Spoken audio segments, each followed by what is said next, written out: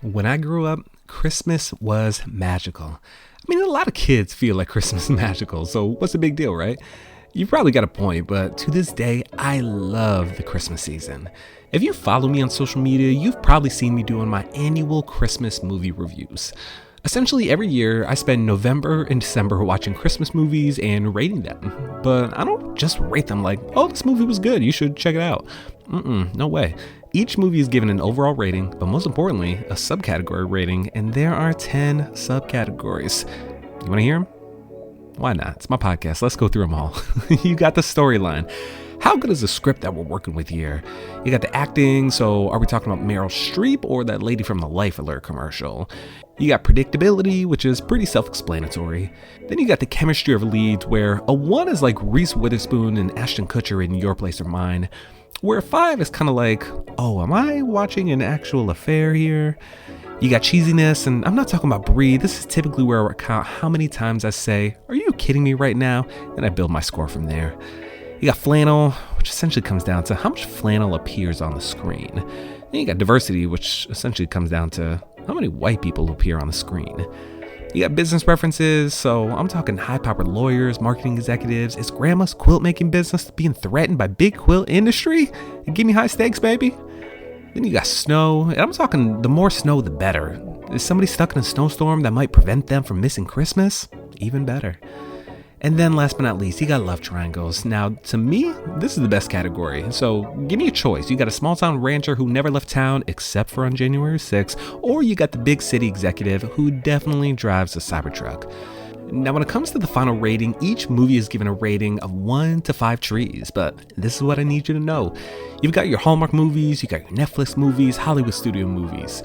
A Preacher's Wife, 5 trees, easy. Come on, it's Denzel. But a Hallmark movie might also get 5 trees too. Now, is Cameron Matheson on the same level as Denzel? No. But do I walk into Jack in the Box expecting a Wagyu steak burger with truffles and caramelized onions? Also no. Give me an ultimate cheeseburger with 2 tacos, and chances are, if you don't forget my curly fries, I'm having a good time. Now, I love doing these Christmas movie reviews because I love the Christmas season. They're silly for sure, but it's a way for me to connect with the joy of the season. And while there is no hidden reason as to why I enjoy writing these reviews, I do know that Christmas isn't super joyful for everyone. It's stressful, it's expensive. When I used to work retail, I would laugh over the last minute shoppers and the people who were straight up awful to one another around Jesus' birthday. Do you remember the Tickle Me Elmo fiasco? You had parents who would straight up assault another human being over the chance to get an Elmo doll that laughed when you tickled it. It's a weird season. It can also be a depressing season. But as a kid, the season was magical.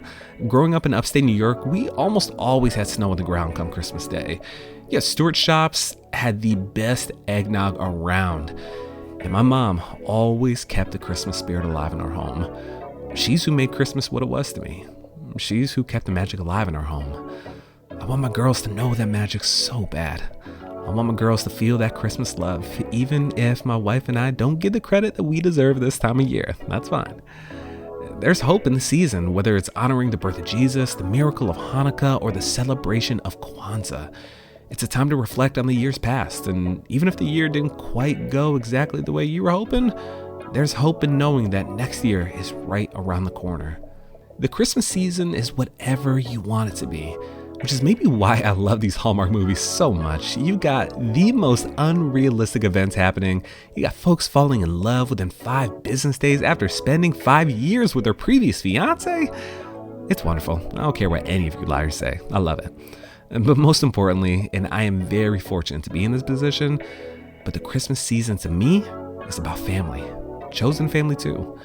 That's why today we are keeping it brief. Y'all don't want to listen to a podcast? It's Christmas.